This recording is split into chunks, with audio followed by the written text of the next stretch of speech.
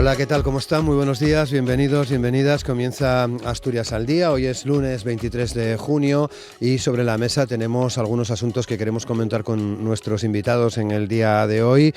Hoy participan en el programa Hipólito Álvarez, que es economista, Raimundo Abando, empresario, y Alberto Rubio, exsecretario general de las Comisiones Obreras en Asturias.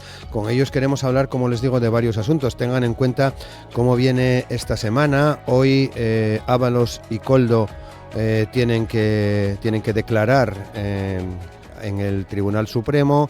Martes y miércoles, cumbre de la OTAN. El Foro Mundial de la Cumbre de la OTAN de 2025 se celebra en La Haya.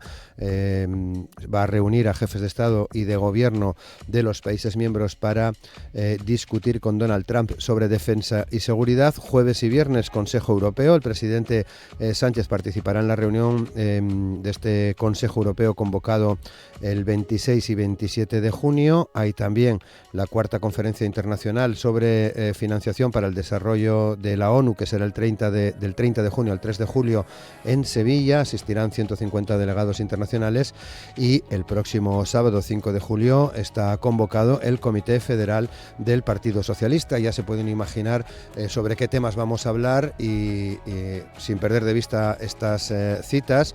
El gobierno de Pedro Sánchez vive un momento crítico tras el informe de la UCO sobre Santos Cerdán, que ha sacudido al Partido Socialista y al propio Ejecutivo.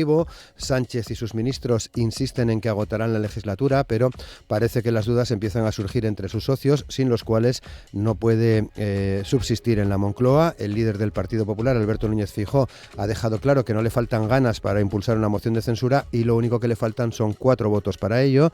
Los populares apelan al que hasta hace unos años fuera su aliado histórico, el PNV, a quienes advierten de que la corrupción del PSOE les acabará manchando y a quienes avisan de que los socialistas les van a dejar tirados, esto entre comillas, en Euskadi. El magistrado Leopoldo Puente ha llamado este lunes a declarar al exministro José Luis Ábalos y su asesor principal, Koldo García, tras este informe de la Unidad Central Operativa de la Guardia Civil que destapa el supuesto amaño de contratos de obra pública y el pago de mordidas a favor de exaltos cargos de transportes y del Partido Socialista. Fuentes del entorno de García explican que se plantea negarse a declarar este lunes. Veremos a ver qué ocurre finalmente y qué decisión adopta Koldo García. La declaración de José Luis Ábalos y de Koldo García puede ser clave para acreditar cómo operaba esta red y además conocer si hay más cabos sueltos que pudieran conectar lo ocurrido con una supuesta financiación ilegal del PSOE o con el presidente Pedro Sánchez, del que todavía no hay pruebas de que conociera lo sucedido. Además, Ábalos y García por el Supremo van a desfilar en los próximos días Santos Cerdán, el último secretario de organización del PSOE, que fue destituido hace 2 semanas, y 5 empresarios a los que la UCO vincula con la trama. Entre los empresarios imputados está Anchón Alonso de Servinavar, la empresa de la que Cerdán tendría el 45% y que recibió más de 75 millones de euros en obras presuntamente adjudicadas de forma irregular por el gobierno navarro. También figura como investigado Fernando Merino, exdirectivo de Acciona Construcción, una de las principales constructoras implicadas. De acuerdo con el informe de la UCO, según los investigadores, solo sus presuntas mordidas supusieron 620.000 euros. Entre los empresarios imputados se encuentran también los hermanos Antonio y Daniel Fernández, de Obras Públicas y Regadíos, y José Ruz, vinculado a Levantina Ingeniería y Construcción, otras 2 empresas que la UCO sitúa en los presuntos amaños. El presidente del Partido Popular de Asturias, Álvaro Queipo, decía ayer domingo que estos días le van a salir muy caros al máximo responsable del gobierno del Principado, Adrián Barbón, por haber ligado su futuro al de Pedro Sánchez, anteponiendo la lealtad al líder socialista sobre los intereses de Asturias. En declaraciones a los medios de comunicación en Castropol, Álvaro Queipo afirmaba además que Barbón ha perdido la oportunidad de elegir entre Sánchez o España o Sánchez o Asturias. Por su parte, el secretario general de la Federación Socialista Asturiana y presidente del Principado, Adrián Barbón, también decía ayer domingo, combinaba al líder del Partido Popular de Asturias, Álvaro Queipo, a proponer alguna medida para combatir la corrupción, frente a la que el político socialista reivindica las 3 propuestas que anunció ayer y que califica de contundentes. En su apuesta por la lucha contra la corrupción, Barbón menciona la reformulación de la normativa interna del Partido Socialista para fortalecer la Comisión Ética y además crear un departamento específico de control para que pueda recibir las denuncias. También apunta a endurecer las penas a los corruptos, no solo solo por la opción de penas de cárcel, sino también con la inhabilitación política, casi diría de por vida, esto también entre comillas, son palabras de Adrián Barbón, además de la obligación de devolver todo lo que han robado. La tercera iniciativa avanzada por Adrián Barbón se centra en el endurecimiento de las penas a los corruptores, a las empresas que corrompen, sean del signo que sean, bien una empresa o un empresario. Y otro de los puntos que tenemos sobre la mesa tiene que ver con que la OTAN ha confirmado a España que puede disponer de flexibilidad para cumplir con los nuevos objetivos de capacidades militares acordados en el seno de la Alianza, sin aumentar el gasto en defensa al 5% del Producto Interior Bruto. El presidente Pedro Sánchez ha calificado este acuerdo como muy positivo, al tiempo que ha defendido que el porcentaje solicitado supondría un gasto desproporcionado e innecesario, ya que hacerlo, según Sánchez, nos llevaría a incumplir nuestra palabra y despilfarrar miles de millones sin que eso implicara más seguridad. Nos obligaría a cruzar líneas rojas, subir impuestos o recortar el estado del bienestar. Son argumentos del presidente Pedro Sánchez en una declaración institucional desde Moncloa. Recuerden también que tras semanas de negociaciones y presiones, ambas partes han logrado llegar a un acuerdo. En una carta, Mark Rutte ha respondido a Sánchez que entiende que España esté convencida de que puede cumplir con los acuerdos siguiendo una trayectoria de gasto inferior al 5% planteado, y le ha confirmado que la cumbre de la OTAN le va a garantizar flexibilidad para hacerlo. Además, afirma que la trayectoria y el equilibrio de gasto de este plan se van a revisar en 2029. Esto quedará patente en el borrador de la cumbre de la OTAN, que, como decíamos al inicio, se va a celebrar esta semana en La Haya. A su vez ha explicado que en caso de haber aceptado el aumento del 5% del PIB, España tendría que aportar 350.000 millones de euros adicionales, que solo podrían conseguirse subiendo los impuestos a los trabajadores o eliminando medidas sociales como las prestaciones por desempleo, reduciendo las pensiones o recortando a la mitad la inversión estatal en educación desde los 0 años hasta la universidad. También ha recordado que el gobierno ya ha pasado este año de invertir el 0,9 al 2,1%, un porcentaje que a su juicio permite garantizar tanto la seguridad y el cumplimiento de las responsabilidades asumidas con la OTAN en la cumbre de Gales de 2014 como el estado de bienestar. Y el Partido Popular ha acusado al presidente del gobierno de comprometer el gasto militar para los próximos 10 años y utilizar la política internacional para escapar de los problemas de corrupción. Ha recordado que España pague, pero cuando él ya no esté. Ha escrito en un mensaje en la red social X el líder del Partido Popular, Alberto Núñez Feijóo, quien también ha criticado que haya tomado, que se haya llegado a este acuerdo con la OTAN sin haber aprobado los presupuestos generales ni consultado con las Cortes. Asturias al día, con Roberto Pato. Y con Amor Argüelles en el control de sonido, saludamos a Raimundo Abando. ¿Qué tal, Raimundo? ¿Cómo estás? Muy buenos días. Muy buenos días. Muchas gracias. Muchas gracias. Hipólito Álvarez, ¿qué tal, Hipólito? ¿Cómo estás? Muy bien, Roberto. Buenos días a todos. Y Alberto Rubio, ¿qué tal, Alberto? ¿Cómo estás? Muy bien. Buenos días, muchas gracias. Bueno, pues ya sin más demora, ¿no? Vamos con estos asuntos que tienen que ver con ese informe, Raimundo, ese informe de la UCO y el terremoto, si me permites la expresión, que ha ocasionado lo que se dice en ese informe, respetando, lógicamente, todo lo que tiene que ver con la presunción de inocencia, pero en cualquier caso, hoy el ministro Ábalos, veremos qué hace Koldo García, tienen que pasar por el Supremo. Sí, tiene que pasar por el Supremo. Desde luego yo creo que toda España está expectante a ver qué dicen. A lo mejor no dicen nada, porque como todos sabemos pueden acogerse a no hacer declaraciones. Y bueno, ya veremos a ver lo que dicen. Yo siempre pienso que delante de un juez las cosas son siempre diferentes. Muchas veces uno lleva una estrategia, pero bueno, delante de un magistrado al final pues la situación cambia y bueno, pues vamos a ver qué quieren comentar o qué quieren hacer sobre esta situación, ¿no? Respecto al tema de la UCO, bueno, pues yo creo que ahí está. La situación es bastante preocupante. Yo creo que la situación actual, bajo mi punto de vista, es insostenible desde el punto de vista del gobierno. Y bueno, también todo dependerá de lo que ocurra a partir de ahora, porque yo creo que van a salir más cosas y bueno, y el punto final pudiera ser pues que la OCU al final llegue a la conclusión de una financiación ilegal por parte del Partido Socialista, o que los temas de la trama corrupta lleguen a Pedro Sánchez o a su mujer. yo creo que eso sería el final absoluto del gobierno, ¿no? Entonces, bueno, vamos a ver los acontecimientos, aunque desde luego lo que estamos viendo ya es enormemente preocupante, ¿no? La situación, como decía antes, yo creo que es insostenible. Y bueno, no solo lo decimos los ciudadanos españoles, es que lo está diciendo ya todos los organismos internacionales, la prensa mundial, los organismos europeos, en fin, yo creo que es lo nunca visto. Y además, esto es grave porque nos está afectando ya.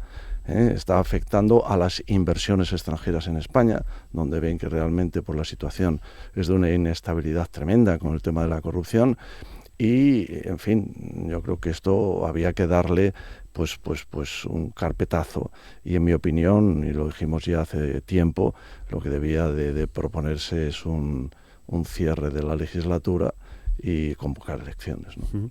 Hipólito Álvarez.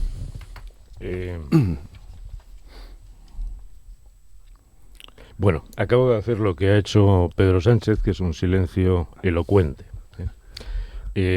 Hombre, yo lo he hecho más corto que él. Él lleva días con su silencio, curiosamente elocuente, ¿no? Vamos a ver, empecemos por el principio, por cómo nació esto, ¿no? Esto nace descubriendo los temas de Koldo García, del Kikuchi, de José Luis Ábalos y recientemente de Santos Cerdán. Hay que decir algo. Si estas tres personas, de momento, porque Pardo de Vera, expresidenta de Adif, y Herrero, exdirector general de carreteras del Ministerio de Fomento, no hubieran estado en el PSOE, no hubieran accedido a esos cargos. Por lo tanto, independientemente de que exista una presunta financiación ilegal del partido, está claro que ha habido una instrumentación del partido. Segundo, en derecho, y esto lo van a entender muy bien los espectadores, los radioyentes, hay dos tipos de culpa: invigilando, ineligendo. Ineligendo es que quien elige a alguien tiene la responsabilidad de seleccionar a la persona adecuada. Invigilando significa que una vez elegida, el máximo responsable debe vigilar la correcta actuación de sus subordinados. En el caso de Pedro Sánchez González Castejón, pues hay culpa ineligendo y culpa invigilando. En paralelo, lo que ha ocurrido, según parece, y vuelvo a decir presuntamente, porque eso lo ha aprendido muy bien, ha habido el empleo o la instrumentación de adjudicaciones públicas, y que por lo tanto es dinero público y por lo tanto dinero de los españoles. Y esto va a enlazar después cuando hablemos de la OTAN y cuando hablamos de gasto, según González Castejón, desproporcionado e injustificado. No sé si ese dinero desviado o esas adjudicaciones irregulares o ilegales eran dinero público, justificado y proporcional. Adicionalmente, lo que está pasando es que Koldo García y José Luis Ábalos y ahora Santos Cerdán se han sentido solos. José Luis Ábalos lo expulsan del PSOE o lo apartan y se va al grupo mixto. Y de repente hace unas declaraciones en La Sexta, en televisión, donde en sus propias palabras, a mí nunca se me ocurriría decir esa expresión en público, pero a él sí. Él ha dicho: yo soy el gilipollas de esta situación. Lo cual hace pensar que, unido a su diarrea verbal y a su indiscreción continuada, van a venir más cosas. Parece ser que el disco que escondía su empleada del hogar en Valencia contiene conversaciones con el presidente del gobierno actual y que además tiene dispositivos, tanto él como Koldo, escondidos en lugar secreto, que según sus propias palabras puede llevar a situaciones más complicadas. Yo lo resumiría en dos temas fundamentales para no alargarme. Uno, que creo que todos podemos entender, y yo siempre pienso en mi madre, que tiene 90 años, para que lo entienda, ¿no? Y es que quien roba una gallina es un ladrón. Ahora, esa estrategia de y tú más, y el PP, y Vox, y no sé quién, y no sé quién. Es que no sirve, porque quien roba una gallina es un ladrón. Que haya muchos ladrones no hace que tú dejes de serlo.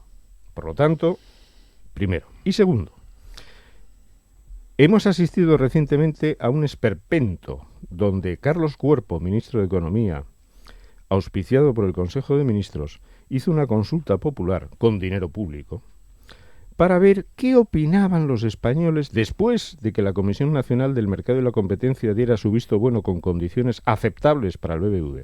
¿Qué opinaban sobre la fusión del Banco Sabadell y el BBV y cómo afectaba a tal? Y le dieron la voz al pueblo en ese tema, que no digo que no sea importante. Es importante darle la voz al pueblo. Y ahora no le dan la voz al pueblo. ¿Qué ocurre? Queremos que le den la voz a los Álvarez, a los Fernández, a los Muñiz, a los Pérez, a los García. No tenemos los apellidos compuestos de don Pedro Sánchez González Castejón.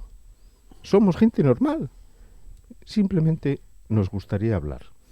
Que después de hablar el pueblo español refuerza al actual presidente del gobierno, magnífico. Pero démosle la palabra. Bien. Bueno, más que fusión, lo del BBV y el Sabadell es OPA. No, es una OPA con fusión. O sea, es una adquisición con fusión. Pero es una OPA con fusión. La con y la fusión. Sí, sí. Alberto. Bueno, en cualquier caso, lo importante no es la forma, es el fondo. El fondo era la consulta popular que Carlos Cuerpo y el Consejo de Ministros hicieron sobre eso. Técnicamente, efectivamente, es una OPA. Alberto.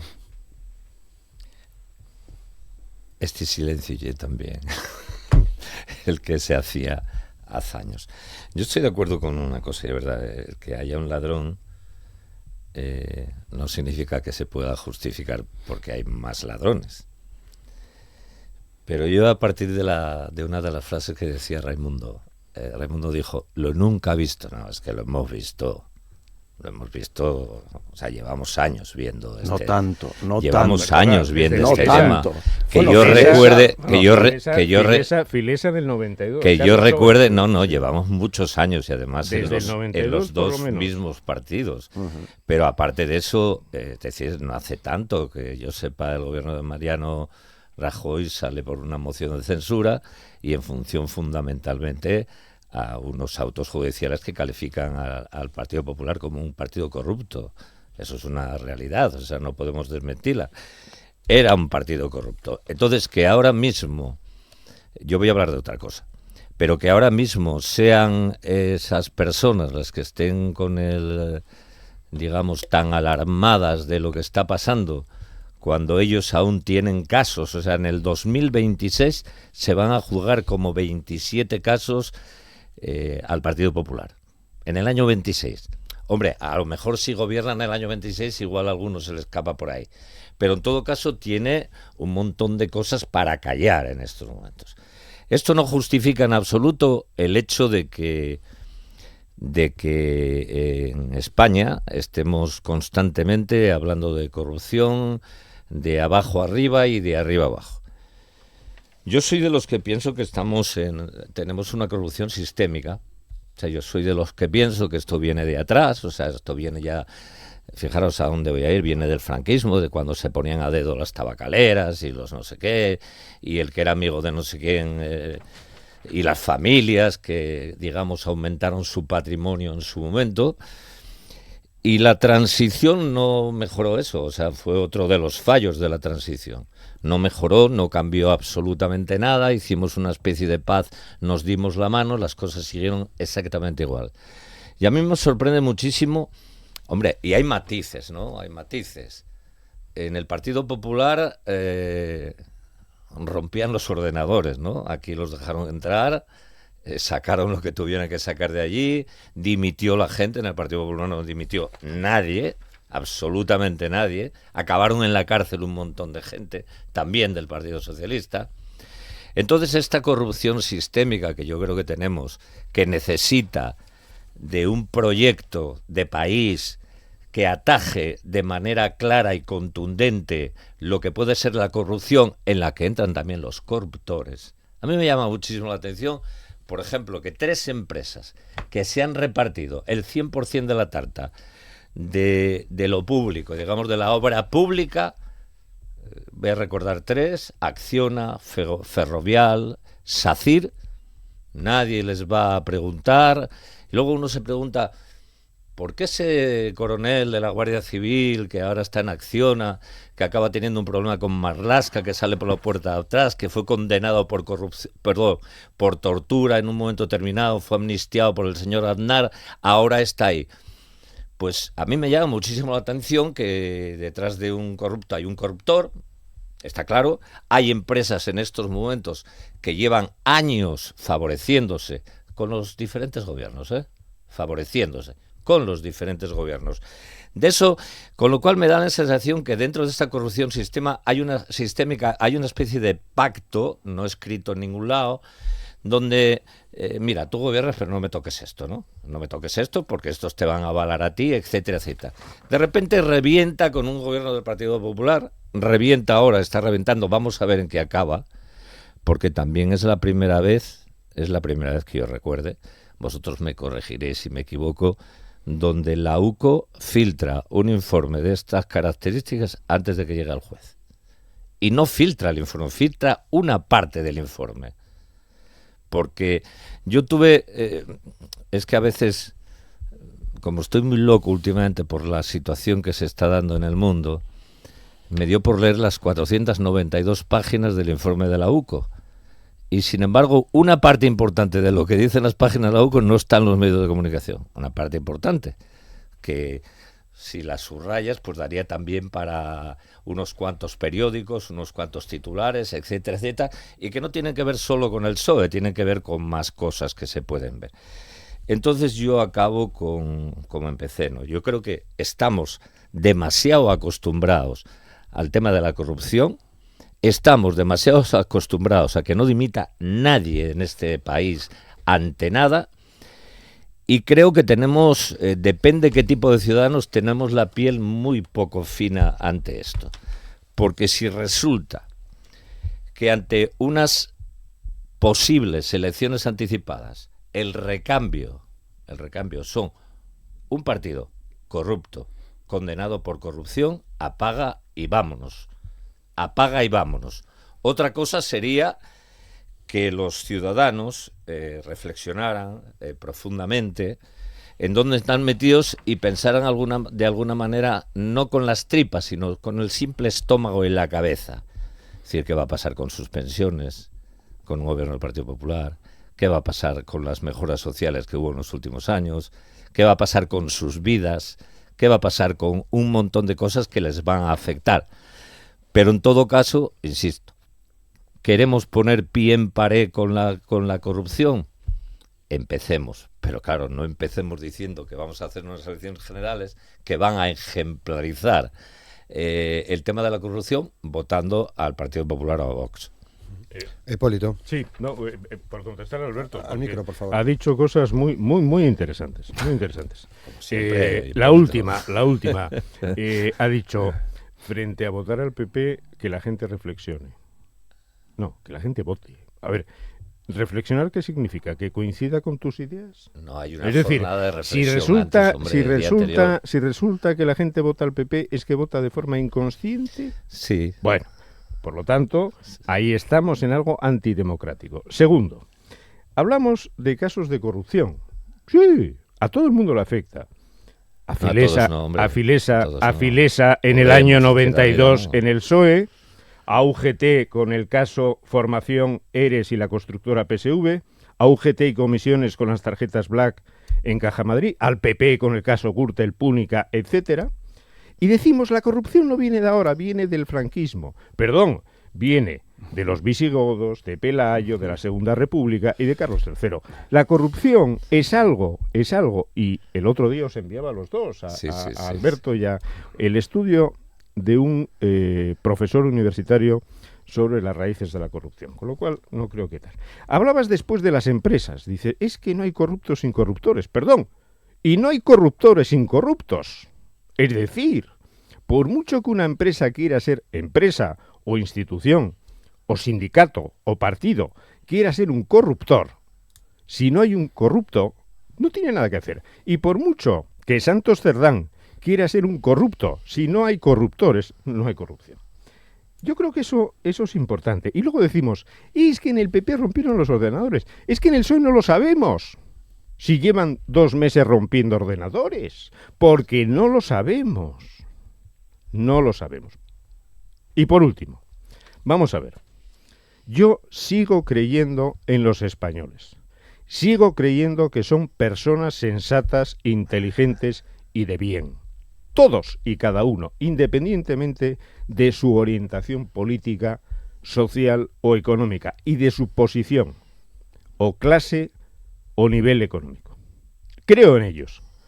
Y creo de tal manera que si votan, y votan a un partido, me da igual que sea Podemos o Podemos, Sumar, el PSOE, Esquerra Republicana, el Partido Popular, Vox, o lo que quieran votar, tienen todo mi respeto. Y es más, mi apoyo decidido a que eso se produzca.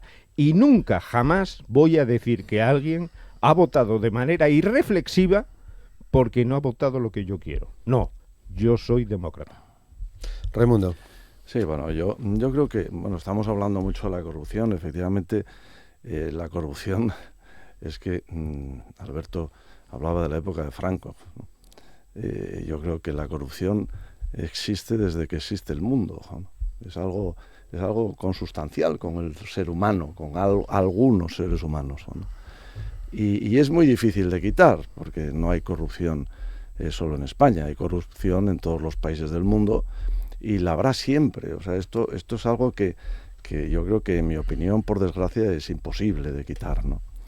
Pero también es cierto lo que dice Hipólito, ¿no? Y es que muchas veces tenemos que mirarnos a nosotros mismos, ¿no? Y efectivamente el estudio al que él se refería del profesor universitario de Valencia, pues es algo para reflexionar, dice él, porque ¿cuándo empieza la corrupción? ¿No? Pues realmente cuando cualquiera de nosotros éticamente hacemos un comportamiento malo. Porque al final, si hacemos un comportamiento éticamente malo, pues estamos justo en el momento anterior a hacer uno mucho mayor que puede llevarnos a la corrupción, ¿no? Entonces, yo creo que son temas a analizar muy profundamente de manera individual y pensar que esos comportamientos, pues hay que quitarlos, ¿no? Yo diría que es que desde la propia escuela había que educar a los niños en ese comportamiento ético, porque es lo más importante, el comportamiento ético individual de la persona humana, ¿no? Y luego, hay que pensar que gracias a Dios los corruptos son los menos, ¿no? Es cierto que la mayoría de las personas no son corruptas, gracias a Dios, son los menos. Y incluso los políticos, ¿no? No todos los políticos son corruptos, cuando muchas veces generalizamos, evidentemente no, son los menos, pero sí que hay muchos, y esos muchos, evidentemente, lo que hay es que cortarlos de raíz de manera absoluta y total, ¿no? Y la situación actual, la situación actual es la que es, o sea, no se puede justificar lo actual por lo antiguo ni por lo que pueda venir. O sea, es evidente que la situación actual es que tenemos imputado al hermano del presidente, tenemos imputado a la mujer del presidente, tenemos imputado a un secretario del PSOE, a un secretario del PSOE, vamos a imputar probablemente a la presidenta de Navarra, tenemos imputado al número 3 de Hacienda. Señores, es que claro, luego que venga del señor Sánchez decir, no, este no es un problema del gobierno, es un problema del Partido Socialista, hombre, no. Porque todas esas corrupciones, al final, son adjudicaciones que han nacido del gobierno del Partido Socialista. Luego, el nexo de unión es total y absoluto. Y llegado a esta situación, pues efectivamente, es que, por mucho que no le guste al presidente Sánchez, pues lo que había que hacer era pues tener la dignidad de decir, señores, hasta aquí hemos llegado y mire, pues vamos a dar la voz al pueblo y que el pueblo decida.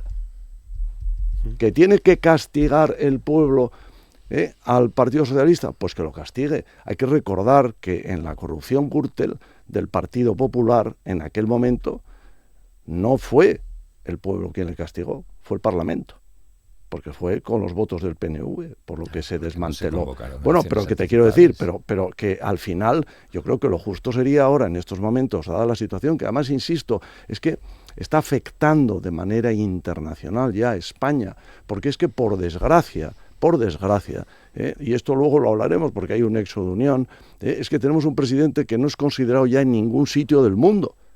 Porque claro, es que se ve a España como un Estado fallido, un Estado corrupto. Entonces, señores, yo creo que esto es muy negativo y está siendo muy negativo, y lo mejor es acabar con esto y que el ciudadano decida qué es lo que quiere y quién quiere que le dirija en el próximo futuro inminente. Y que esté tranquilo la gente, no va a pasar nada con las pensiones, no va a pasar nada, Alberto. O sea, eso, que esté todo el mundo tranquilo, porque no va a pasar nada. Va a seguir las cosas como están hasta ahora desde el punto de vista social, y lo demás que sí, habrá ciertos cambios que a lo mejor posiblemente no, seguro son enormemente necesarios. Bien. Bueno, llegados a este punto, ahora te doy la palabra, sí, simplemente por introducir alguna clave más, ¿no? ¿Qué hacemos? ¿Qué hacemos? Moción de confianza, dimisión, convocatoria de elecciones, y tienes la palabra ya. Sí. Mirad, por entrar en un tema que decía Hipólito, ¿no? Del respeto a los votantes. Evidentemente, ¿quién no respeta lo que vote cada uno? Lo que pasa que los votantes, en cualquier sitio, y está demostrado, hay estudios sociológicos, psicológicos, bueno, hay de todo donde puedas explorar, ¿no? De qué pasa con un votante normal cuando se acerca a una urna, o sea, cómo va influido.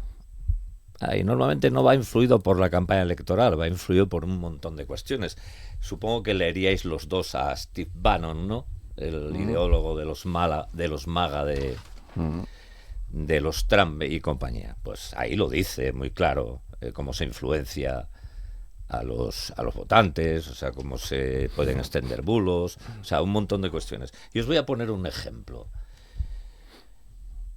En este país, un partido que nadie esperaba, que se llamaba Podemos, sacó de pronto 92 diputados. Segundo partido más votado en este país. Recordáis, ¿no? Fue hace 4 días. Ese partido tuvo 22 causas judiciales, con todos los medios de comunicación dándole caña a ese partido, porque era un partido que no, digamos, no era bien visto dentro del bipartidismo de aquella, o no era bien visto dentro de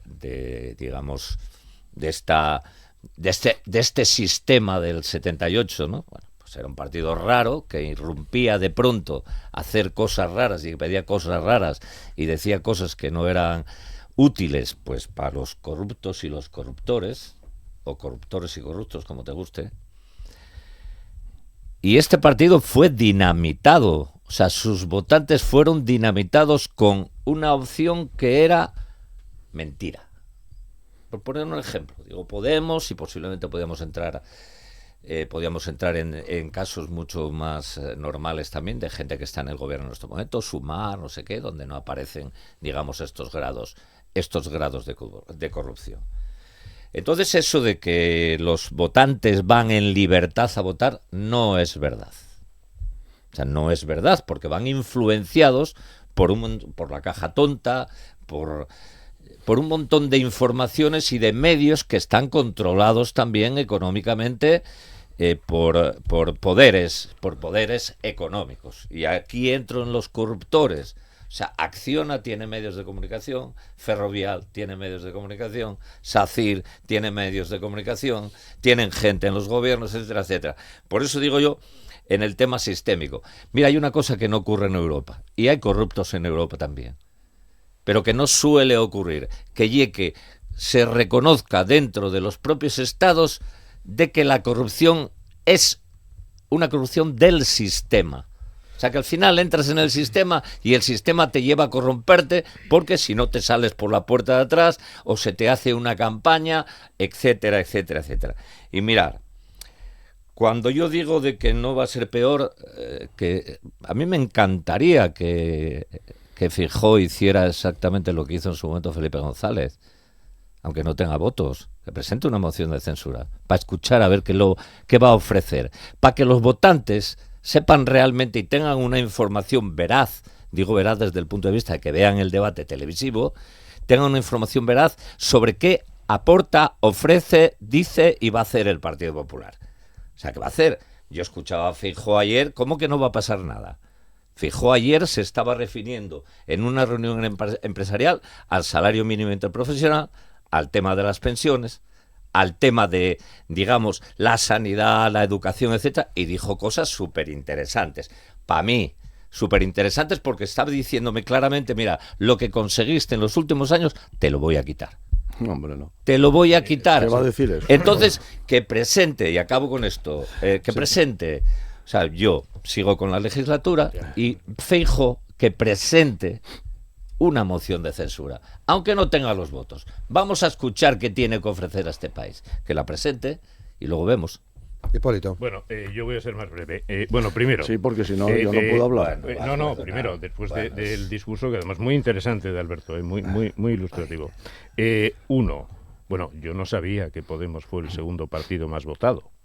Yo pensaba que era el PP y el PSOE, pero según dijiste que fue el segundo partido más votado. Te dije que está grabado, en los resultados sacó 92 diputados, el PP primero y 80. ¿Recordáis el sorpaso? Perdona. Bueno, da igual. Dijiste el segundo partido. Me da lo mismo. Bueno, segundo, ¿qué están haciendo los partidos? Nosotras Podemos, Sumar, RC, Junts, los filoetarras de Bildu, el PNV, ¿qué están haciendo? Diciendo qué malos son los del PSOE, qué malo es el partido. Y se quedan en palabras, bla, bla, bla. ¿Dónde está la moción de confianza? ¿Dónde está? ¿Dónde está el apoyo expreso? Perdón, ¿dónde está el apoyo expreso a una moción de censura? Bla, bla, bla. Segundo, los medios de comunicación, el votante influido. Coño. Pues entonces invalidamos las elecciones. Porque si sistemáticamente, según ese amigo tuyo, Steve Bannon, el votante llega influido, todas las elecciones los votantes llegan influidos. Los 92 diputados de Podemos llegaron influidos. Los votantes del PSOE, gobernó el PSOE, están influidos. Los nacionalistas catalanes están influidos. Los del... Están todos influidos. Vale. O sea, no hubo una guerra sucia en este país. Hubo una moción de censura, hablo del votante influido. Hablo del votante influido. Hablo de las elecciones. Olvídate. Hablo de las elecciones y del votante influido del que tú has estado hablando. Moción de censura. Hubo una, la de Vox. Fracaso. Vamos a ver. La moción de censura, que se enteren los españoles, de una vez, es un tema aritmético. Y es dinero público que nos gastamos en una serie de sesiones. Aquí lo que tiene que haber es un apoyo expreso de los del bla, bla, bla, y soy de izquierdas, pero bla, bla, bla, y apoyar, y punto. Podemos. Pablo Iglesias, persona a la que respeto, persona a la que admiro. Pablo Iglesias, de repente fracasa en Madrid y se le olvidan sus ideales. Y se compra el chalet, se monta el bar y se monta la tele. Y por último, los medios de comunicación. Radio Televisión Española. Dirigida por el gobierno. Los medios públicos regionales, participados por los gobiernos de turno.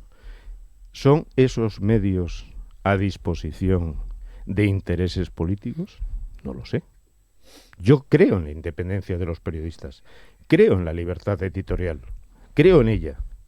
Pero sinceramente, cuando hablamos de que los medios de comunicación, como por ejemplo Pedro Sánchez González Castejón, pretende desembarcar en el país, presiona a los accionistas privados y además tiene las televisiones públicas y de sus varones territoriales del PSOE exactamente igual. Por lo tanto, vuelvo a lo de las gallinas. Que haya muchos ladrones, no dejas de ser ladrón. Bueno, lo estás diciendo en una emisora pública.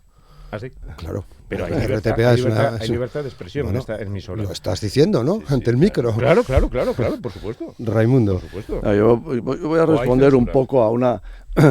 ¿Hay censura? No. A una de las... Déjame que lo recalque, hombre, que es una emisora pública. Yo voy a responder o hablar un poco de... brevemente, porque si no nos queda tiempo para hablar de la OTAN, muy brevemente. Ahora vamos a ello. Pero por responder un poco a una de las cuestiones de Roberto, ¿no? Y es, bueno, ¿qué riesgo tiene el gobierno?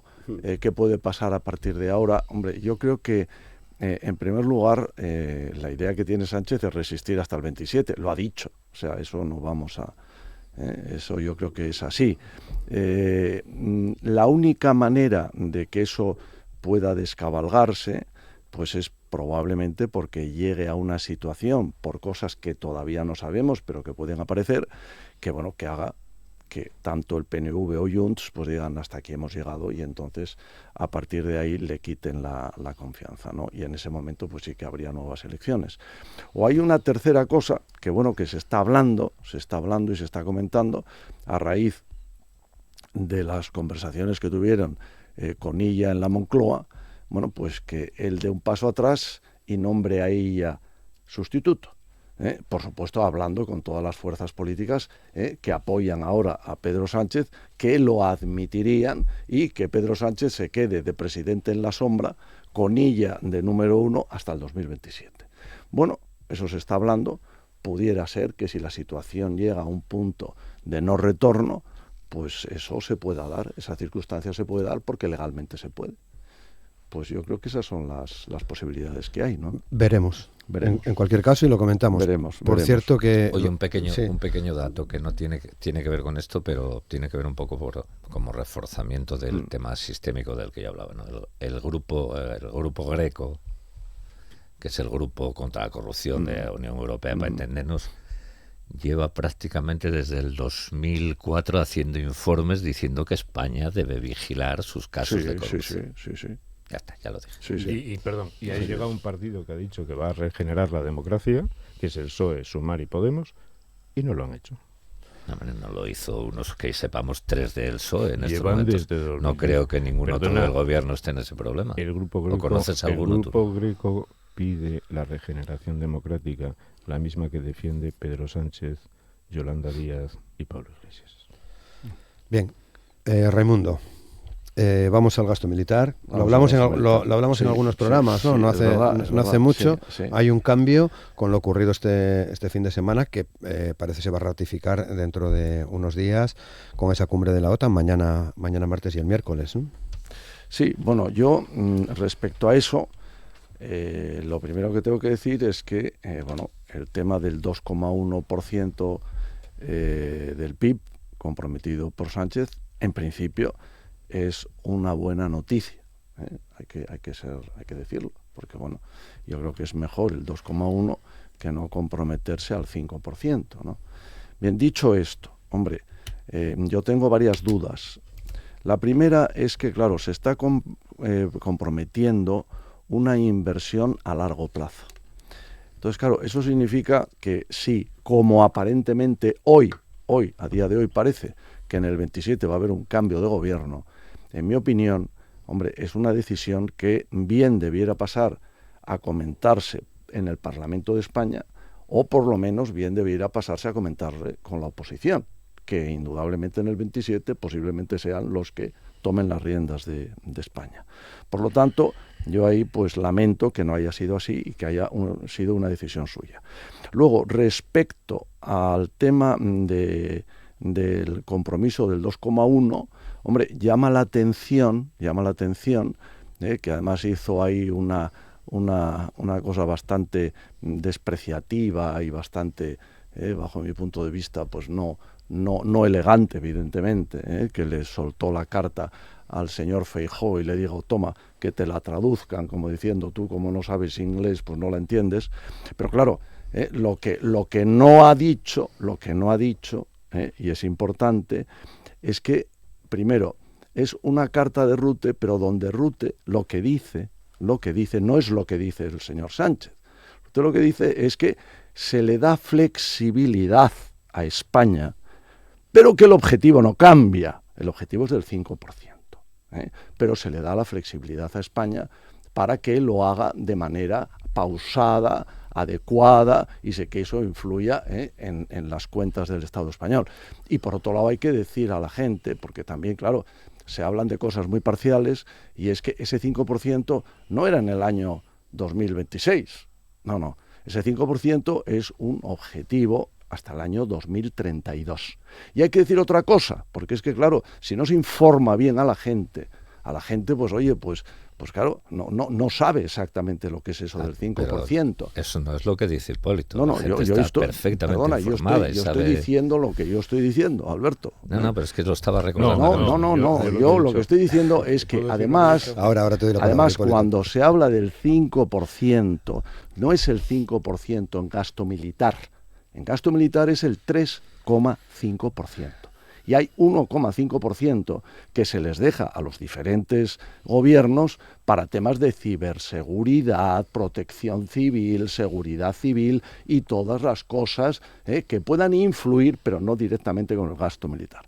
Bien, dicho eso, hay una cosa que llama la atención, porque claro, tú sales ahí diciendo que eres un fenómeno por lo conseguido y no va a ser el único fenómeno.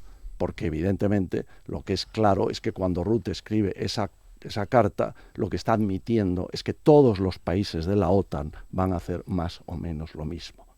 Y lo veremos mañana en la Convención de la Haya, porque además quien lo tiene que decidir no es el secretario general, es la Convención de la Haya del martes y del miércoles. Y por otro lado también decir una cosa, que claro, sacar pecho, porque no es el 5, es el 2,1, pero hay que decirle a todos los españoles que es que España es uno de los países de la OTAN el que menos aportaba a la OTAN, el menor, porque claro, es todo sobre consecuencias sobre el PIB de cada país. Y España tenía el 0,9, era el menor de toda la OTAN. Y en segundo lugar, que claro, el pasar del 0,9 al 2,1 que se ha comprometido Sánchez supone solo 16.800 millones de euros.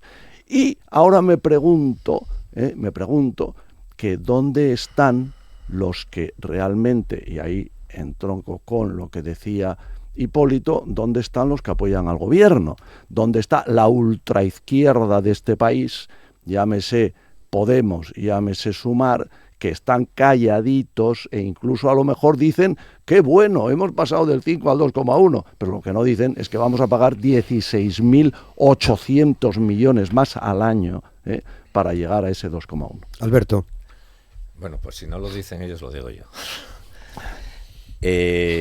Vamos a ver, en primer lugar, de pronto el 2,1, que para mí era ya una agresión a nuestro modelo social, sobre todo para los intereses de un solo país que lo está utilizando para lo que lo está utilizando. Ahora mismo teníamos que estar en el debate de lo que está pasando en Irán, en Oriente Medio, etcétera, etcétera. Esas bombas que están cayendo allí, no es la OTAN, a la que nadie nos eso preguntó. No es la OTAN. Bueno, claro, eso no es la OTAN. En fin, no entremos en debates estériles. No entremos en debates estériles.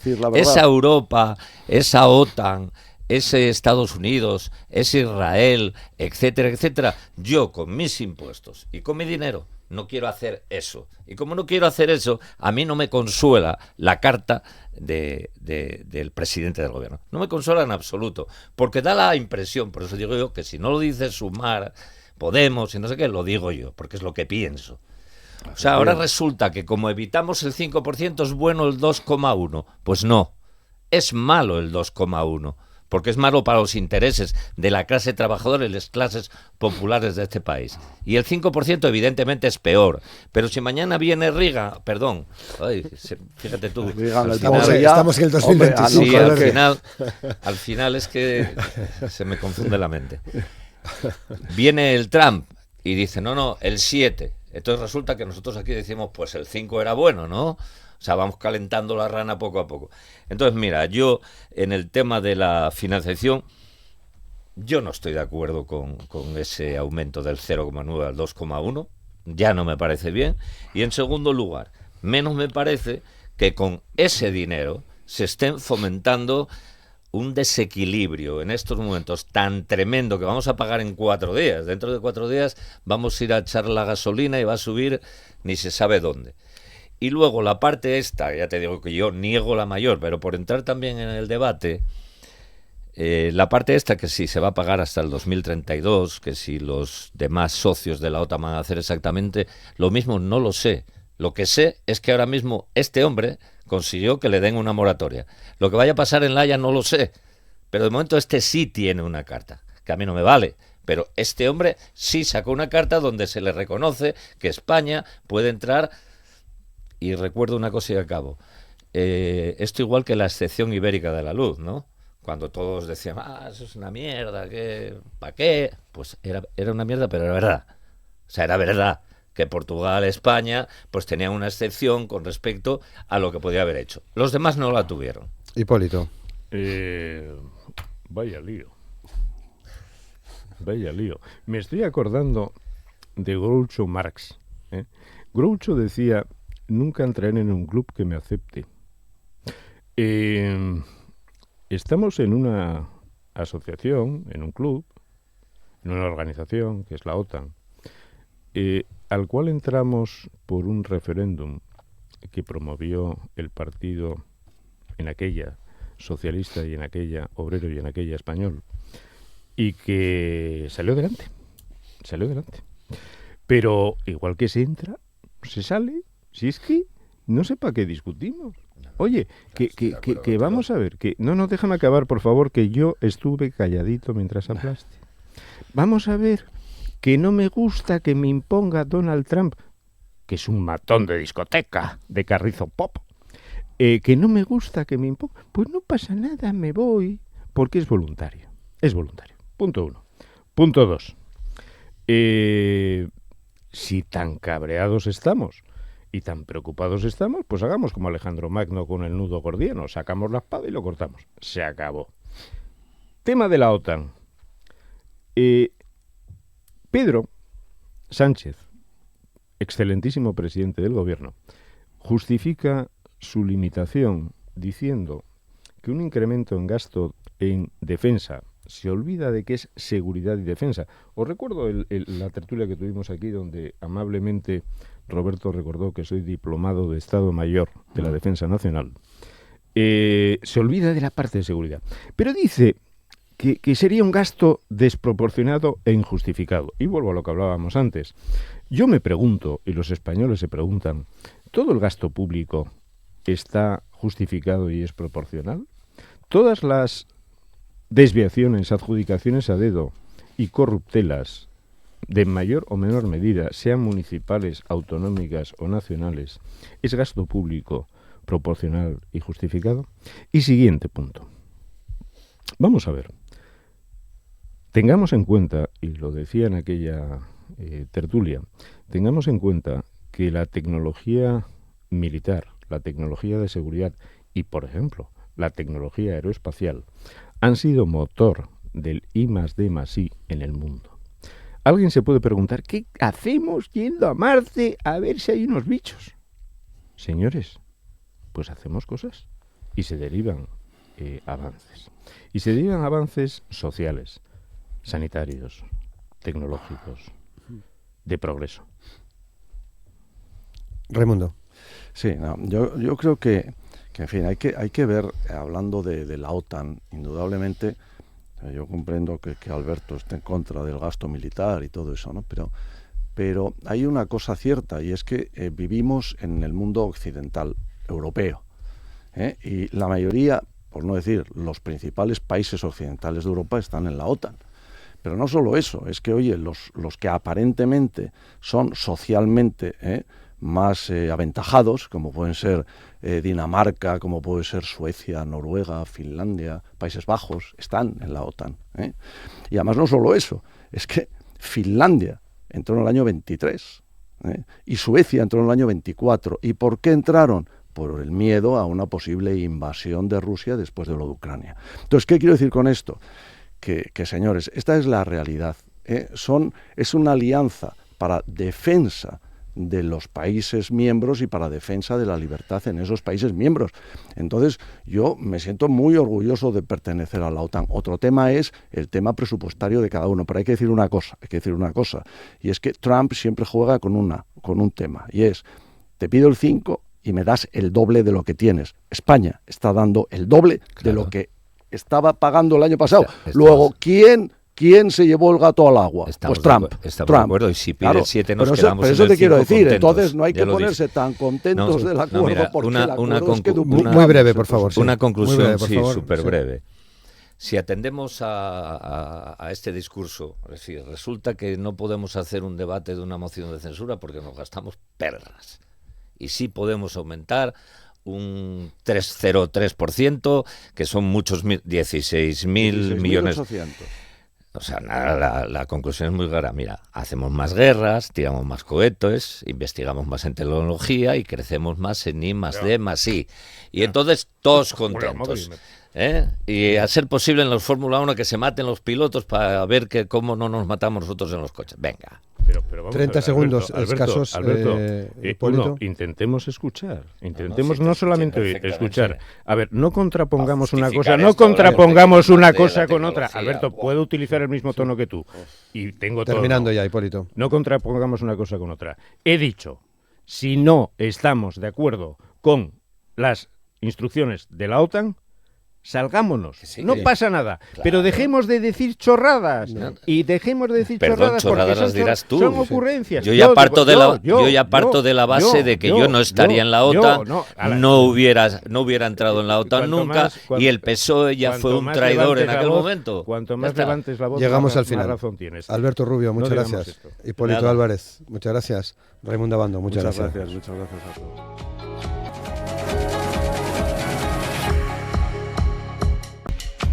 Hoy en la entrevista de Asturias al Día vamos a charlar, ya está con nosotros en el estudio Fernando Argüelles, aunque es más conocido como Banxiastur. Con él vamos a charlar de una serie de iniciativas que tiene previsto desarrollar en todo lo que queda de este año 2025, pero también aprovecharemos para hacer balance de sus actividades en favor de la salud mental desarrolladas en los últimos tiempos. Fernando, ¿qué tal? ¿Cómo estás? Muy buenos días. Buenos días, muchas gracias por acercarte a los estudios para compartir con nosotros este tiempo, ¿no? Digo bien, más conocido como Banxiastur, ¿no?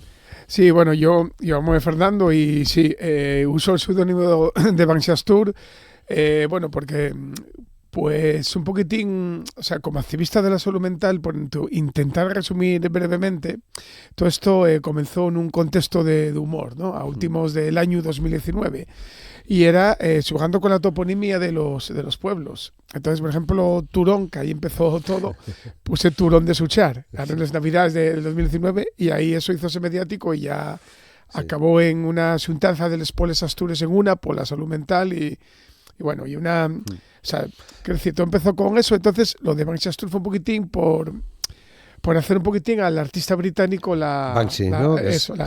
¿no? Mundialmente conocido, ¿no? Eso oye. Pero y desconocido, porque su cara no la conocemos. Eso, no como yo, que que das la cara. Bueno, sí, siempre digo, bueno, nadie sabe quién lleva Banxiastur y nadie sabe quién lleva M. Rajoy, ¿no? O sea que... hay unas cuantas incógnitas. Exactamente. Fer, si me...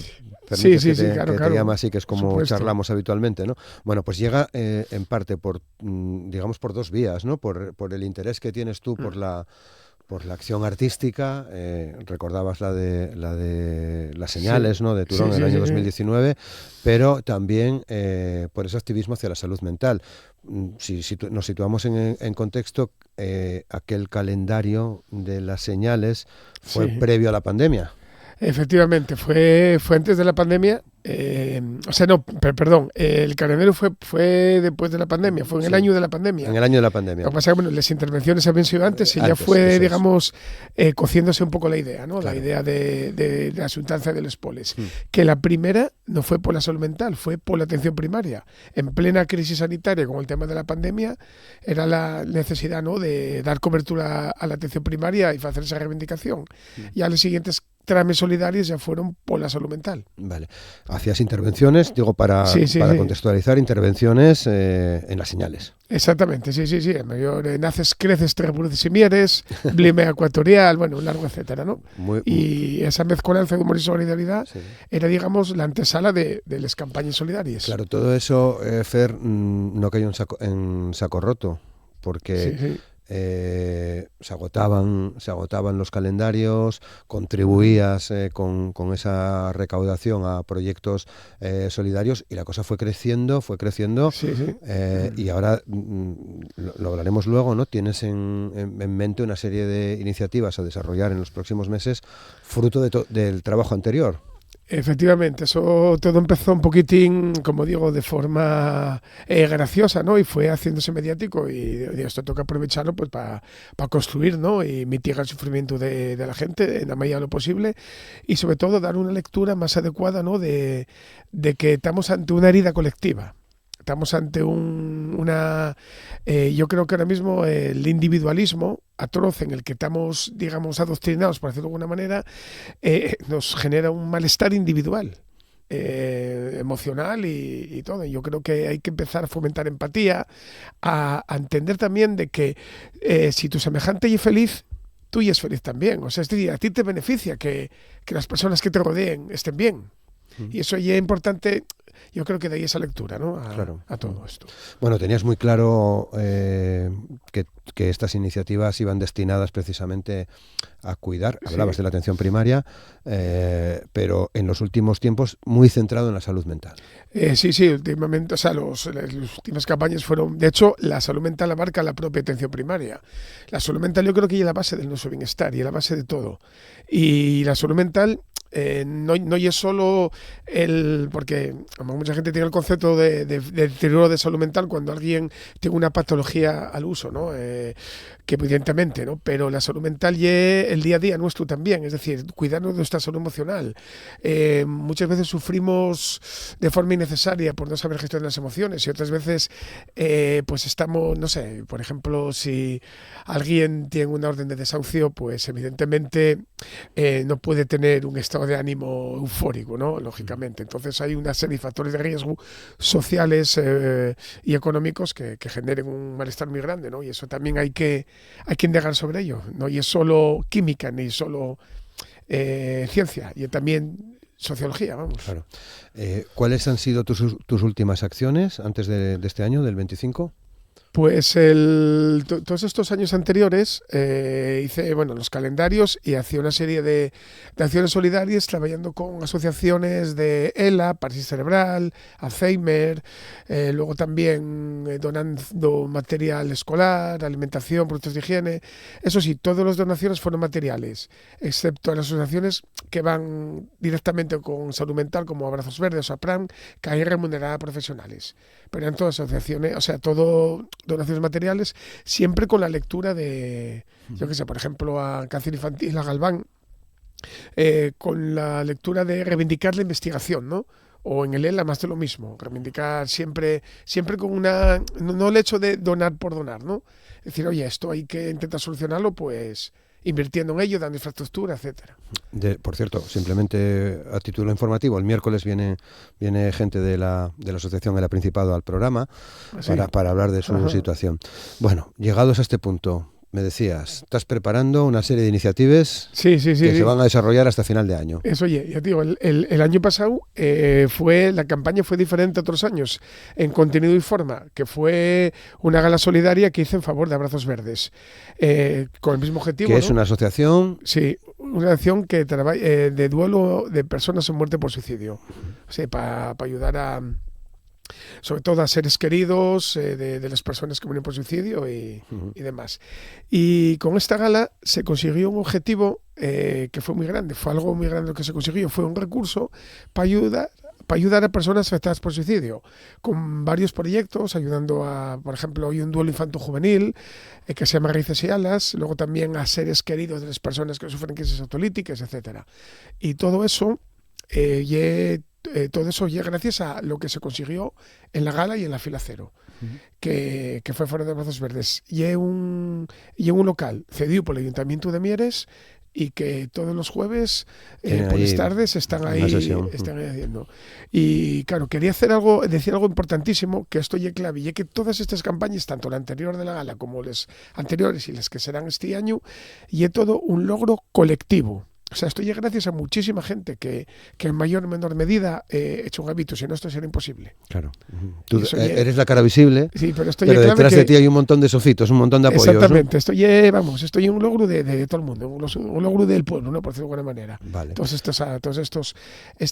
Estas campañas que al final yo un gran de arena, no oye nada, pero que ya gracias al esfuerzo y el enfoque de mucha gente. Claro. ¿Qué tienes en la cabeza, Fer? Pues este año quiero volver a organizar otra vez la gala solidaria en favor de Abrazos Verdes y también hacer calendarios. Decir eso, sí, un inciso antes de nada, que tanto el año pasado como en la gala solidaria se vio muchísimo talento en el escenario y yo creo que en Asturias debemos mirar por ello. Porque no somos conscientes del talento que hay en Asturias en lo musical y en lo teatral en este caso, ¿no? Bueno, y mucho más. Sí, porque mezclas, hay un poco de todo, ¿no? En la gala. Comedia improvisada y música. Y luego también la comunicadora, en este caso Arantxa Nieto, compañera, estuvo con nosotros el otro día en el programa, sí. También, que colaboró también. Directo Asturias. Eso, y en Directo Asturias, sí, claro. Todas estas personas, pues, cedieron su talento, ¿no? Para que la gala haya sido lo que fue, un éxito brutal. Y es importante mirar por esto en lo social, en lo económico, hasta en lo emocional, ¿no? Para que lleve uno para Asturias, mirar por el talento que hay aquí. Desde luego. Y bueno, eso dicho esto, ¿cuándo va a ser la gala? La gala va a ser el 28 de noviembre a las 8 de la tarde, también en Mieres, en el Auditorio Teodoro Cuesta, igual que el año pasado. Y también agradecer, por cierto, al Ayuntamiento de Mueres y a la Concejalía de Cultura, concretamente a Rocío Antela, por todas las facilidades que nos pusieron. Vale. ¿Ya tienes la reserva? Para sí, el día 28? Ya está. Ya tuvimos que hacerlo prácticamente al acabar la otra, porque bueno, los ayuntamientos van con mucha antelación. Bueno, o sea que ahora entiendo que estás ya trabajando con las personas que te ayudan, con los colaboradores, con las colaboradoras, para montar esa gala. Eso, sí, la gala que este año ya puedo decir perfectamente quién va a actuar, que va a ser... Sí, eso ya está también, va a ser de nuevo Trivilorio Impro, que ya comedia improvisada, al igual que el año pasado, y eso luego en lo musical va a ser Mapi Quintana, Silbidos y Gemidos y Voodoo Grass. Y eso en lo musical. Y va a ser presentado por la gran comunicadora Arantxa Nieto. O sea que ya tienes el cartel. Sí, ya está todo. Eso sí. Y luego va a haber sorpresas, va a haber las cosas. Sí, se adereza todo un poco más, ¿no? Sí. Y hacer un spoiler, va a ser igual de espectacular que el año pasado. Eso sí. Muy bien. Bueno, ya vendrás antes de esa fecha. Sí, seguro, ¿no? Espero y que lo comentamos. ¿Qué tal? Pero ya entiendo que enseguida aparecerán los carteles para Filacero, la dinámica será como la anterior, ¿no? Exactamente. Y luego también, aparte de la gala, respecto a los calendarios, pues toda la idea que tengo es de volver a hacer calendarios, porque el año pasado no los sacaste. Y tuve muchísima demanda. Entonces este año voy a hacer la gala de calendarios. De hecho, la presentación oficial de los calendarios va a ser en la gala, aunque haya más presentaciones. Una de ellas ya también con un podcast que hice en los estudios de Radio Crash por el acoso escolar, con la colaboración de Héctor Navarro, profesor docente en Cantabria, y que yo es asturiano, pero trabaja ahí, y José Mambigo, psicólogo de barrio. Entonces, tanto uno como otro estuvieron hablando del acoso escolar, y un podcast que nada más que lo tenga, pues cuando sepa colgarlo en Spotify y todo eso, que no tengo ni idea cómo va, pues ya lo... O sea, lo tienes grabado, pero lo que vas a hacer ahora es subirlo a distintas plataformas para que se pueda escuchar. Para que se pueda escuchar y presentarlo y hablar de acoso escolar y presentar los calendarios de cara a la fecha, de cara a octubre, noviembre, etcétera. Bueno. Y eso digamos que fue la antesala de la campaña. Al igual que hubo también otra campaña a favor de la Asociación Botón de Cáncer Infantil de aquí de Sisión, que son fisioterapeutas que trabajan con niños y niñas de cáncer infantil, para después de los quimios y demás, para echarles una mano y que fortalecer los músculos, ¿no? Pues donando unos aparatos específicos para ello, que fue un acto de comedia improvisada a favor de esa asociación, que fue a últimos de mayo del año pasado, a últimos del mes pasado. Y eso fue también, se sacaron 460 euros y fue también como un poco la antesala de lo que va a ser esta esperola de solidaridad de este año, ¿no? Vale. Con los calendarios, etcétera. Sí. ¿Ya tienes los calendarios diseñados o...? Estoy en ello, estamos en ello. Ahí quiero que se haga así un poquitín diferente respecto a otros años, pero bueno, bien, va con alguna sorpresa y tal. Vale. Estamos en ello. Estás en ello. ¿Tenéis próximamente vais a tener algún acto en estas próximas semanas? En principio teníamos intención, por eso todavía no lo sé con exactitud. Sí, es verdad que íbamos a tener un acto sobre la psico-oncología a favor de la Asociación Galván en la Casona de la Montaña Ubieu. Pero no sabemos aún todavía si eso se va a hacer en septiembre o en febrero, una semana antes de la carrera que hacen en Galván, que ya con todo el recaudo de los calendarios, a lo mejor ahí se aprovecharía para presentar la donación que daré a Galván y hacer esa speech a favor de la psico-oncología, a lo mejor con una charla antes y luego a lo mejor un concierto o algo así. O sea, aún no sé todavía, de ser, sería el 19 de septiembre, pero todavía está en el aire, ¿eh? Eso todavía no se sabe si va a ser en septiembre o en febrero. Bueno, porque no paras, estás continuamente. Sí, la verdad que yo todo... trabajando sobre estas iniciativas, ¿no? Todo tal. Y bueno, y importante porque yo creo que hay que estar en los márgenes siempre y con la gente que lo necesita en cualquier ámbito, ¿no? Sea cáncer infantil, sea ELA, sea lo que sea. Porque yo creo que también la salud mental tiene muchísimo que ver en cada una de estas circunstancias tan nefastas, ¿no? La salud mental y es clave. Entonces, por eso es importante pues fomentarla ahí.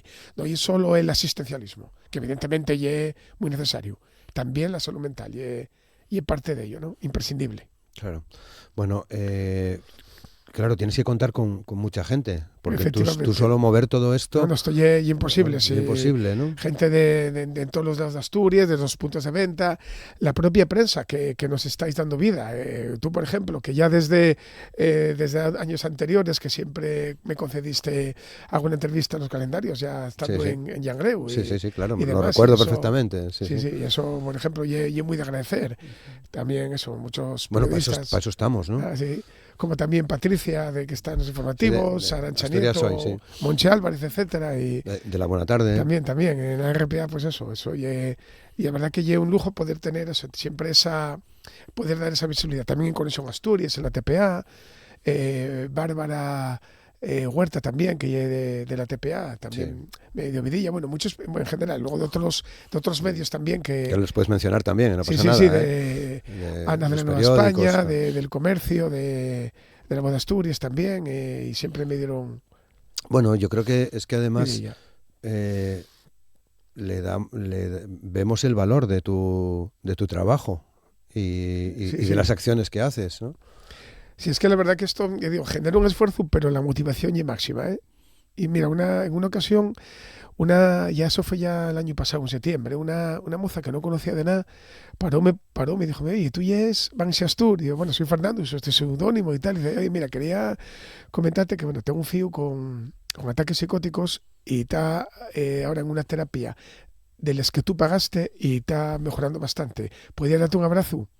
O sea, y eso, claro, esas cosas... Vaya recompensa, ¿no? Claro, motivan muchísimo. Eso ya de verdad lo que digo, joder, esto, ya que se abrió esta veda, digamos, pues hay que ir para allá con todo lo que se pueda ayudar. Claro, empezaste, digamos, en el 19 con los calendarios, pero supongo que previo al 19 había, por tu parte, hubo una reflexión de qué puedo hacer.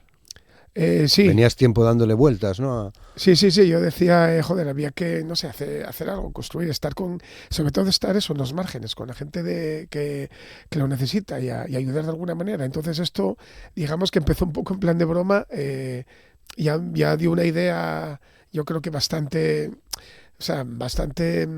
que se ve de una forma muy amable de cara a la gente, ¿no? Es algo de humor, mezclado con solidaridad y demás, y entonces esto quiero aprovechar. Cala el mensaje. Claro. Y quiero aprovechar también, y sobre todo, eso sí, siempre voy con un mensaje de carácter social y de carácter, digamos, de clase, ¿no? De decir, esto ya es algo que... Claro que tiene un componente sociopolítico, hablo sociopolítico, no de política o nada que ver, ¿eh? De que nada más el pueblo salva al pueblo. Que eso sí tiene esa frase sí tiene mucha política detrás. Insisto, no politiqueo, política, porque necesitamos que haya infraestructura en los servicios públicos, que haya infraestructura en la sanidad, en la educación, por ejemplo, en el cuerpo de bomberos, etcétera, que haya infraestructura para eso se paga con impuestos y bienvenido sea, ¿no? De que se fomente eso. Lo que hay que exigir es que los impuestos que pagamos vayan para donde tienen que ir, para ayudar a la vida de la gente y para crear trabajo, para crear dignidad, ¿no? Eso, quiero decirte, esa lectura va acompañada a esta campaña. Dices, hay que estar en los márgenes. Lo que pasa es que a veces en los márgenes no se ven. Efectivamente. hay que dar visibilidad, claro. Eso, oye, los márgenes no se ven y hay que dar visibilidad a los márgenes, decir, oye, esto existe, esto está ahí, y yo creo que desde dónde se puede construir, ¿no?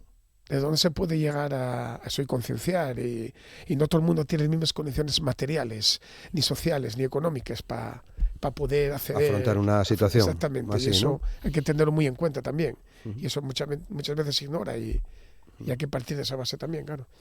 Bueno, por recapitular, tenemos que estar pendientes a partir de ahora a distintas acciones. Veremos a ver si el 19 de septiembre se logra esa charla, si no ya nos dirás. Si no será para febrero, o sea, ahí va a ser, vamos, septiembre o febrero. Eso depende también de muchas cosas, que igual a lo mejor es más efectivo hacerlo en febrero, depende, vamos. Bueno, que estáis en ello. Sí. Y luego el 28 de noviembre en esta gala en el Auditorio Teodoro Cuesta de Mieres. Eso, oye, y luego ya los calendarios al módico precio de 5 euros, comprar y difundir todo lo que se pueda. Distribuidos por toda Asturias, eso, ¿no? Porque ahí cuentas también con una red importante de establecimientos, claro. ¿no? Puntos de venta por todos los lados, desde el occidente hasta el oriente, pues bueno, por todos los sitios de Asturias. Siempre hay algún punto de venta, más o menos, vamos, claro. O en mayor o menor medida. Bueno, vendrás y nos lo cuentas y dejamos claro los puntos de venta, pero no perdemos de vista esa fecha, 28 de noviembre en Mieres. Exactamente, el Auditorio Teodoro Cuesta, a las 8 de la tarde. 8 de la tarde. Con Arantxa Nieto como presentadora, con Trivilorio. Trivilorio en la comedia improvisada, Silbidos y Gemidos, y Voodoo Grass y Mapi Quintana. Y Mapi Quintana, Voodoo Grass es una banda de Langreo, ¿no? Exactamente, son de Langreo. O con base en Langreo. Tiene un par de discos por lo menos, ¿no? Que yo recuerde. Pues quedamos a la espera de ir conociendo más noticias. Te agradecemos que hayas compartido hoy con nosotros este tiempo de entrevista, Fer. Pues muchísimas gracias, Roberto. Un placer. Suerte. Venga. Muchas gracias y muchas gracias por el trabajo que haces. Muchas gracias. Que quede ahí ese agradecimiento. Venga, seguimos construyendo. Gracias. Venga. Saludos. Un placer. Chao.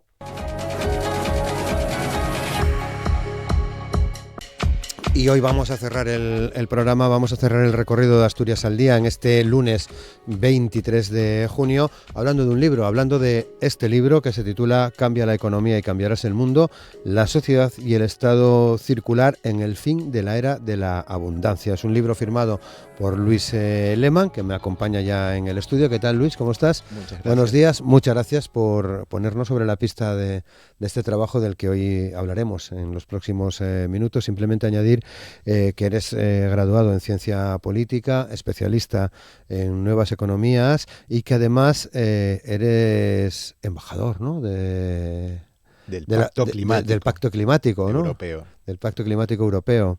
De hecho, estás presentando actualmente este libro.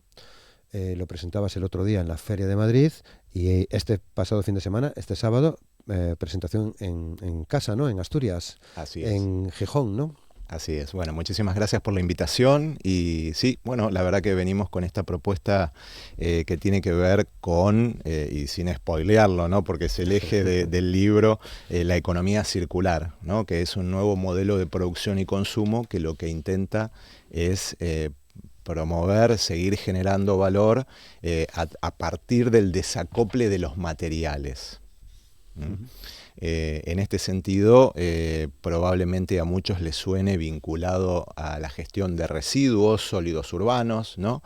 Y tal vez muy ligado a la palabra reciclado, pero bueno, si bien tomó mucha fuerza en ese sector, lo cierto es que en el fondo el residuo no deja de ser un material y la economía circular en el fondo termina siendo una cuestión de materiales, ¿no? Y esto toma mucha importancia toda vez que la extracción de materias primas ha generado en los últimos años un impacto muy visible, principalmente en el clima. Obviamente hay impactos sociales, económicos de otra índole, y particularmente y un poquito más cerca en el tiempo, la invasión a Ucrania volvió a poner el tema de la dependencia, en este caso de los combustibles fósiles, ¿no? Que obviamente también serán líquidos o gaseosos, pero no dejan de ser materiales y materias primas, que ha puesto también a Europa en general en una situación bastante delicada, por lo cual también ha generado también, creo yo, una suerte de reversionamiento de la economía circular que le da cada vez más importancia. Bueno, llevas muchos años, más de 2 décadas, vinculado a gestión pública y al medio ambiente. Así es. Tuve la suerte y la posibilidad de poder desarrollar el tramo principal de mi carrera profesional en Argentina, primero en la ciudad de Buenos Aires, luego a nivel también metropolitano, ¿no? Tuve la posibilidad de participar en varios organismos que eran interjurisdiccionales. Y finalmente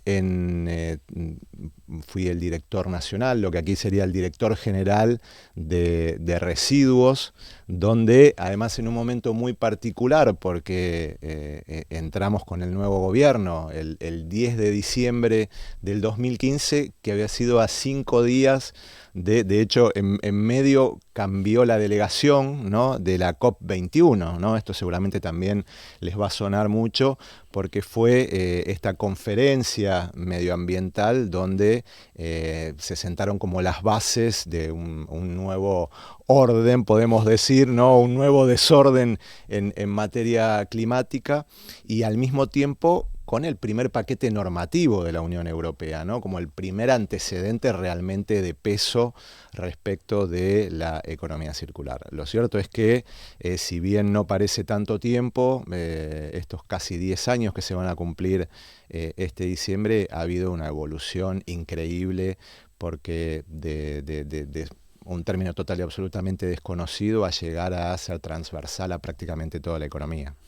Bueno, me estás interpelando a mí cuando leo tu título, Cambia la economía y cambiarás el mundo. Bueno, a mí y a los lectores y lectoras, ¿no? Pero ¿se puede cambiar la economía, Luis? Bueno, un poco así, me pone muy contento lograr esa interpelación, porque un poco a lo que apunto es a movilizar las voluntades, ¿no? Es decir, a promover este clic, a promover un darnos cuenta de que están pasando cosas, de que nosotros somos actores, y que nosotros, a partir de ese rol protagónico, tenemos grandes responsabilidades, ¿no? No alcanza con que reclamemos al Estado, a las empresas, sino que con nuestros comportamientos individuales, que es lo que aporta también el libro en términos de documentación, nuestros comportamientos prácticamente condicionan el conjunto de la economía, ¿no? Por ejemplo, algunos datos, el 82% de la satisfacción que nos producía el comprarnos esa prenda, ¿no?, que teníamos ganas hace mucho tiempo, se evapora total y absolutamente en las 48 horas siguientes de la compra, ¿no? Entonces, ahora que todo el tema del textil también está muy en revisión, ¿no? Es un llamamiento a que nosotros nos demos cuenta de que a veces hay que parar un poquito, pensar, reflexionar.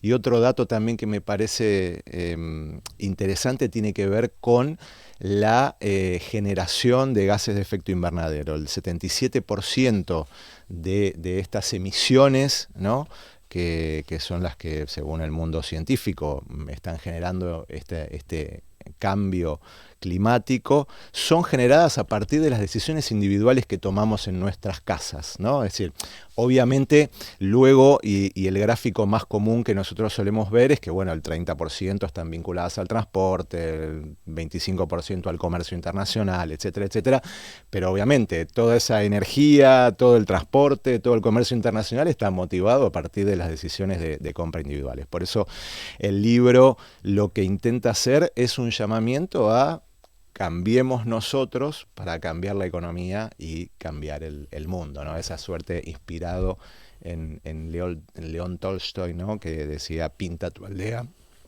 y pintarás el mundo. Bueno, porque es posible. Es posible hacerlo, y entiendo que no con un proceso, digo, en lo personal, ¿no?, en el cambio que nosotros podemos promover, que cada persona puede promover, en realidad tampoco es tan difícil, ¿no? Si nos marcamos una serie de pautas sí, obviamente para entrar en el proceso, ¿no? El primer punto es el compromiso. Yo creo que no solamente es posible, sino que es necesario, imprescindible y necesario, digamos, ¿no? Y te reitero esto de que son los pequeños hábitos a veces, porque obviamente que hay que poner un poco de energía personal, de motivación, pero tampoco la idea es que esto se transforme en una carga, ¿no? Entonces, con pequeños cambios de hábito, yo propongo que se pueda lograr esta transición entre el Homo economicus, ¿no? Que es este ser humano, este supuesto ser racional, que postulaba la economía clásica. Hagamos una transición hacia un homo circularis, ¿no? Hacia un ser humano circular, mucho más comprometido con el ambiente, ¿no? E incluso también más comprometido con su propia cotidianeidad, ¿no? Con su vecindad. Por eso un poco esto de pinta tu aldea y pintarás el mundo tiene que ver con que este cambio personal a partir del contagio vaya cambiando nuestro barrio, nuestro pueblo también, y yo vivo en un pueblo, ¿no? Es decir, todo tiene que ver con todo, no es casual. Obviamente a ciudades más grandes, que las ciudades tienen un rol muy importante, muchas veces no tienen las herramientas, ¿no? Pero tienen un papel muy importante, tanto como, bueno, obviamente ir contagiando a los países y terminar cambiando el mundo, ¿no? También me parece importante destacar que esta transición no es abrupta, no propone una disrupción. Creo que también es una de las claves por lo cual la economía circular como concepto podemos decir en cierta manera que está fuera de la discusión política. La verdad que se está implementando en absolutamente todos los países del mundo, sin digamos, grandes barreras conceptuales, porque bueno, obviamente también que el cambio genera mucho miedo, ¿no? Decimos que queremos cambiar, pero a veces no nos gusta cambiar tanto, ¿no? Claro. Entonces por eso es un cambio gradual. De todas formas, la economía circular siempre ha existido, aunque la llamásemos de otra manera, ¿no? Exactamente. Bueno, un poco la hemos perdido, ¿no? La hemos economía perdido, circular, ese concepto. Y en tal caso lo que tenemos que hacer es mirar un poquito para atrás e intentar recuperarla, ¿no? Creo que por ahí también un poco la parte de relato, ¿no? Intenta ser un libro que además de tener un mensaje pueda tener un hilo conductor, ¿no? Es esto de el fin de la era de la abundancia, ¿no? Esta suerte de idea que nos metieron, ¿no? Nos hicieron creer de que vivíamos en un mundo donde se podía consumir ilimitadamente, derrochar, producción masiva de productos sin ningún tipo de valor, que es lo que todavía esta economía lineal imperante, ¿no? Porque la realidad es que la economía circular intenta reemplazarla, pero no puedo dejar de desconocer, y lo digo siempre, aquellos que obtienen beneficio del producir, de extraer materias primas, producir masivamente para un consumo de derroche y vender la mayor cantidad posible en el menor tiempo posible, obviamente generan sus resistencias, ¿no? Y que luego lo regula el mercado, ¿no? Ese ente... Sí, abstracto, abstracto, ¿no? Así que, bueno, un poco pasa por ahí, creo yo. Es la economía, amigo, nos podrían decir, ¿no? Sí, amigo y mucho más. Mucho, por eso utilicé lo de amigo. Pues, claro, una era de la abundancia en la que nos metimos de todo. Sí, bueno, y todos, ¿no? Y te decía, ¿no? Una abundancia autopercibida, ¿no? Fomentada desde afuera por el marketing, sí. ¿No? Por esta necesidad de vender productos, que bueno, que creo que es una de las cosas que lentamente está cambiando, ¿no? Y un poco también lo que propongo es que esta abundancia, que nunca fue tal, ¿no? No necesariamente salir de esta concepción de la era de la abundancia nos tiene que llevar a detener o a retroceder, ¿no? Me parece que la clave, y que es lo que propone la economía circular, es esta transformación gradual de la economía que nos permita ir hacia otro objetivo, ¿no? Que tome a la economía, digamos, más en su concepción clásica, ¿no? Que era la de administrar los bienes del hogar, los recursos escasos, ¿no? Para generar el mayor beneficio para la sociedad, que en cierta manera la economía de los últimos 70 años, digamos, podemos decir, ¿no? Porque es el punto donde se identifica que la explotación de recursos toma o se produce un quiebre a partir del año 1950, donde la explotación de materias primas tiene un crecimiento exponencial, ¿no? Y a partir de ahí también se empiezan a visibilizar las consecuencias. Claro, Luis, en el libro bueno, pones algunos ejemplos, hablas de la ciudad como potencia local y como un lugar donde hay oportunidades para la economía circular. Absolutamente, bueno, de hecho es donde realmente se materializan, obviamente también en el ámbito rural, en el ámbito marítimo, ¿no? Y cada uno, tal vez en el ámbito rural más la bioeconomía, en el ámbito marítimo ahora se la denomina como economía azul, ¿no? Sí. Pero en el fondo son variantes también de esta economía circular como modelo, ¿no? Como modelo económico, pero como bien decías, en la ciudad se dan las oportunidades más habituales, ¿no? Todas aquellas que tienen que ver con la transformación del comercio, con la transformación de la actividad productiva, ya que en las ciudades es donde por lo general se asientan las pymes. Las ciudades también tienen polígonos industriales, donde la economía circular también tiene muchísimo para aportar a través de la simbiosis industrial. Y en tal caso, lo que también planteo en el libro, que esta potencia local en muchos casos no es del todo acompañada por la gestión pública local.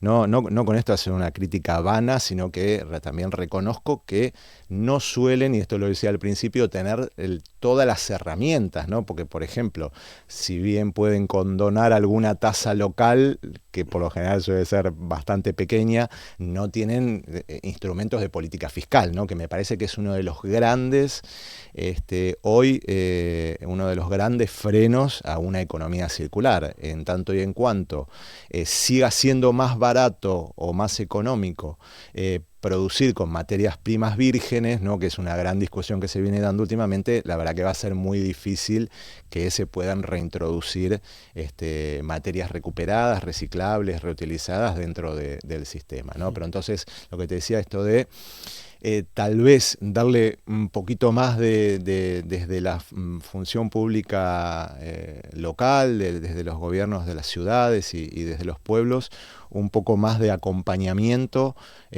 seguramente va a redundar en mayores beneficios para el conjunto de la sociedad. En este capítulo de la ciudad pones algunos ejemplos de ciudades, algunas muy grandes, algunas conocidas por todos, ¿no? Pienso en Londres, creo que es una de las que mencionas, Londres, Ámsterdam, San Francisco, Milán, pero pones un par de ejemplos que me gustaría que comentases. Uno es en Barcelona, en Gavà, y el otro es Logroño, especialmente el de Logroño, porque La Rioja es una comunidad uniprovincial, como nosotros en Asturias, y claro, ¿esto se podría aplicar aquí? ¿Deberíamos aplicar esto aquí? Total y absolutamente, y la verdad que hay muchísimos más ejemplos. En Logroño se dio una situación bastante particular. Se ha instalado un centro tecnológico de la economía circular, digamos, seguramente le sonará Ecoembes, sí, ¿no? Ecoembes, claro. La organización constituida por las empresas que se ocupaba hasta este momento de la gestión de los envases, instaló ahí su centro. Entonces esto generó también una suerte de capilaridad, ¿no? Es decir, un derrame positivo en el conjunto del tejido pyme asociativo, ¿no? Que ha dado lugar a que nacieran muchas empresas vinculadas a la economía circular. Y por otro lado me gusta mucho Gavà, porque bueno, sobre todo porque tenemos esta visión más vinculada a la gestión de los residuos, pero ellos tienen también muy buena gestión del agua, ¿no? Y si quieren, tal vez aquí, digamos, uno de los puntos que a mí sobre todo me toca explicar mucho cuando hablo en otros ámbitos, ¿no? del potencial de la economía circular en España, es el de la gestión del agua, donde realmente creo que todos visibilizamos que hay un gran problema, ¿no? El Hay un estrés gran círculo, hídrico claro. Es en Sí, el tema del agua y bueno, además también donde más claramente se visibiliza, ¿no? el ciclo de vida, ¿no? que tiene el agua. Así que bueno, por eso fueron dos de los ejemplos y además, bueno, Gabá me parece que se lo ha tomado también como bastante transversal, ¿no? La economía circular empieza a tener mucho peso en muchos sectores, ¿no? Obviamente en el energético, en el automotriz, la industria automotriz está intentando, obviamente vuelvo a repetir y siempre me cubro mucho, ¿no? Porque a veces se piensa que esto tiene que ser de un día para el otro, ¿no? Pero bueno, son pequeños cambios posibles, los que en el fondo nos van a llevar a esa verdadera y auténtica sostenibilidad, ¿no? Que no tiene que ver solamente con la sostenibilidad ambiental, sino que también, que es multidimensional, es una sostenibilidad económica, porque si no rinde económicamente no se va a poder mantener en el tiempo, tanto como social, ¿no? Para que no haya estos cambios abruptos que luego nos descolocan, ¿no? Vale. Hablábamos de cambia la economía y cambiarás el mundo, la sociedad y el estado circular en el fin de la era de la abundancia. Claro, vemos abundancia, fin de la era de la abundancia, parece que podrías estar proponiendo regresar a una era de la escasez y del fin de la prosperidad, pero no es así. Claro, es exactamente todo lo contrario. No detener la economía, ir haciendo estos cambios que hablábamos recién, estos cambios graduales, para que, digamos, la economía circular nos conduzca lejos del fin de la era de la abundancia o de una era de abundancia a un nuevo progreso, ¿no? A un desarrollo económico sostenible. Bien. Bueno, ¿cómo está resultando el libro? Lo presentabas en Madrid, como decíamos. El sábado lo presentaste aquí en Gijón. Creo que tienes alguna presentación todavía pendiente, pero bueno, ¿estás contento? Sí, la verdad que estoy muy contento, muy buena repercusión. De hecho, bueno, de la editorial es uno de los libros más vendidos. Estamos hablando que no es un libro de consumo masivo, ni es un género, es más un género realidad, ¿no? Creo que la ficción tiene un poco más pero la verdad que está andando muy bien, generando mucho interés. Y bueno, también un poco lo que propongo con esta herramienta libro, ¿no? Porque lo tomo como una herramienta. Yo no soy un escritor, a pesar de que este es mi tercer libro, obviamente sobre la economía circular, pero lo veo como un medio para llegar a otros públicos y para promover conversaciones como estas, ¿no? Que pueda expandirse el concepto, seguir dándole forma a la economía circular, porque otra de las cosas que también me parece interesante destacar, que el concepto todavía está en desarrollo, ¿no? Este poco tiempo que tiene de recorrido, te decía, podríamos decir que los principales hitos comenzaron en el 2015, por lo cual ni siquiera ha cumplido 10 años, está recién entrando está en la preadolescencia y bueno, a medida que se va encontrando con otros segmentos de la economía, ¿no? Porque por ejemplo, obviamente viene más del área de la producción, pero empezó a tener también mucho peso en los servicios, ¿no? Como por ejemplo en el turismo, empieza a tener mucho interés. Por lo cual me parece que es una oportunidad también para subirse, ¿no? Yo siempre digo que, bueno, tal vez a veces para las empresas más grandes es difícil cambiar, ¿no? De un día para el otro su ADN, pero para todos los emprendimientos que están naciendo en este momento es prácticamente imprescindible, si no, no van a poder durar a lo largo del tiempo, ¿no? Porque, bueno, las metas que se están proponiendo digamos, meta 2030, en el caso de los Objetivos de Desarrollo Sostenible, ¿no? Y obviamente metas europeas, tanto como el 2050 de la climática, hacen que todo esto sea imprescindible. No eres escritor, decías, pero ya tienes 3 libros con que además creo que son muy asequibles, es decir, cualquier persona que nos esté escuchando se puede meter perfectamente en esta lectura, que además aderezas muy bien con esos resúmenes final de capítulo o con el contrato que nos propones al final del libro. Claro, bueno, al final, bueno, propongo distintas herramientas, ¿no? Sí. El libro es muy práctico. También tengo que decir que me quedó como una deuda pendiente de mi segundo libro, que se llama Cómo hacer clic hacia una nueva economía. Y ahí, por estas cuestiones, ¿no? Obviamente creo que los que escribimos siempre nos queda, desde el momento que entregamos el original a la editorial, ya empezamos a querer aplicarle cambios.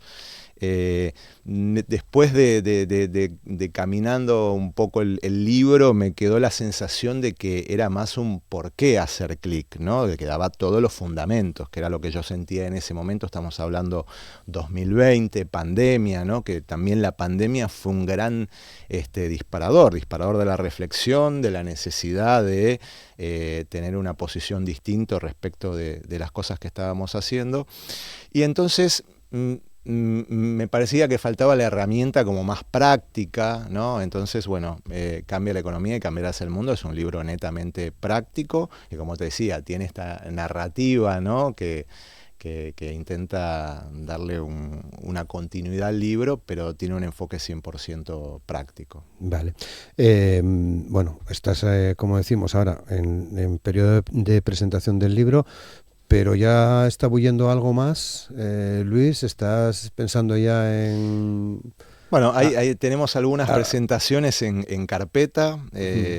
Bueno, obviamente como julio y agosto, probablemente en otros lugares no sería una buena época para presentar el libro en Madrid, ¿no? Bien. Afortunadamente ya ha sido la Feria del Libro ahí, donde pude hacer 2 presentaciones, la verdad que anduvieron muy bien, con el acompañamiento en una de la Comisión Europea y en el otro con la Comunidad de Madrid.